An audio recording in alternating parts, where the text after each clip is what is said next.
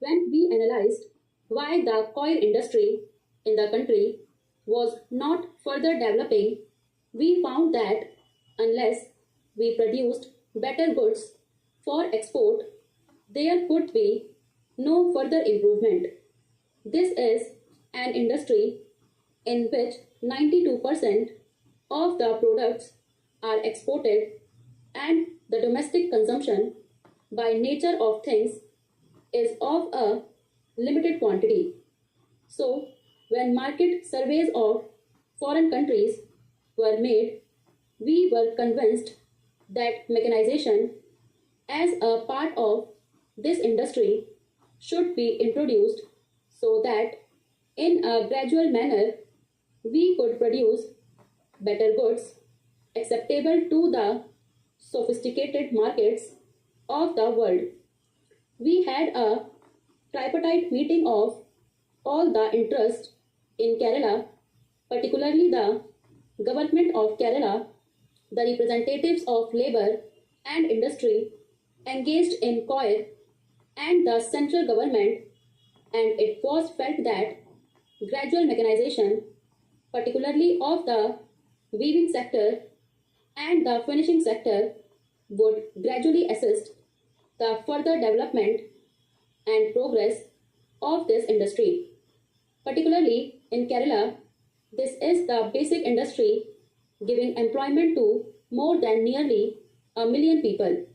We therefore decided that the coir board that the government of India has set up should endeavor to assist the people to establish such factories and also establish factories itself if entrepreneurs were not easily forthcoming. Therefore, Madam, the Act as it is today is being amended to provide for delegating powers to the coir board to enable them to set up a mechanized factory in the public sector to demonstrate the utility of new types of fabrics to the rest of the industry. A question would naturally be asked in the House why our entrepreneurs are not being allowed to do so. The Act does not prevent it. On the contrary, the coir board is being empowered to promote even the establishment of mechanized finishing and weaving factories in the private sector if private entrepreneurs come forward.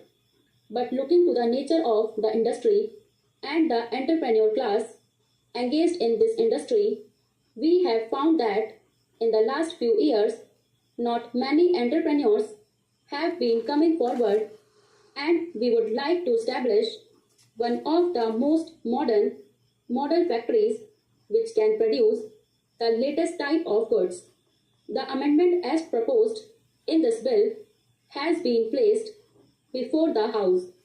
We are convinced from our technical surveys that we will not be able to stand in competition with the rest of the world. As the House is aware, Madam, there are other competing countries in the world which compete with us in coir products.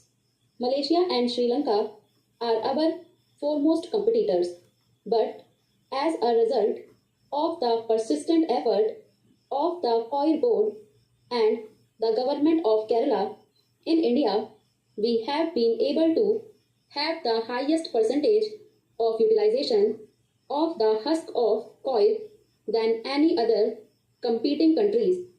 We, Madam, utilize more than 35% of the coir husk, whereas Indonesia and Malaysia utilize less than 12% and Sri Lanka less than 8%.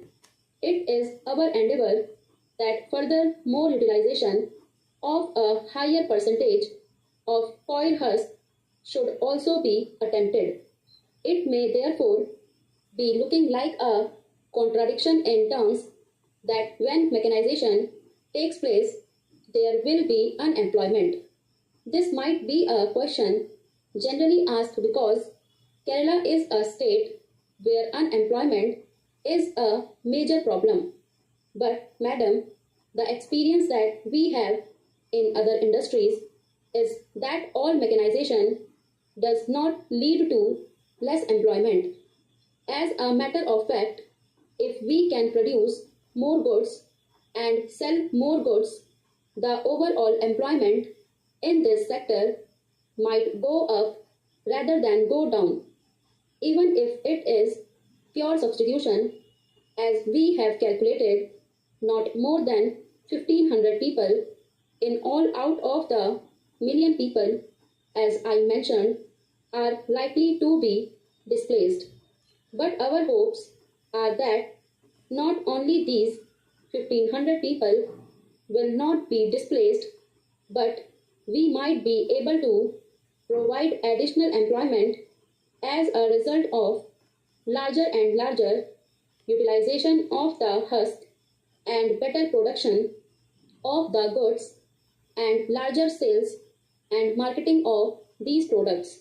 That way, we might be able to increase some employment in the long run.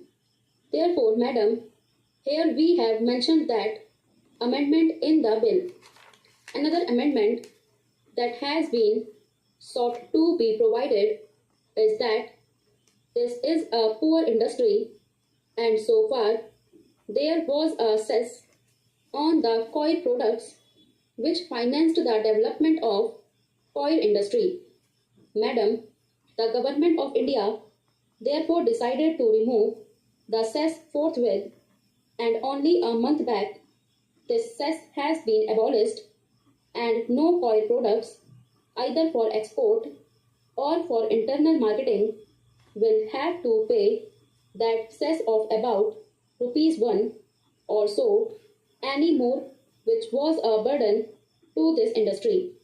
Therefore, the amending bill also provides for a direct grant from the Consolidated Fund of India for all the activities of development that the coir board requires for developing this industry in various parts of India and particularly in the state of Kerala.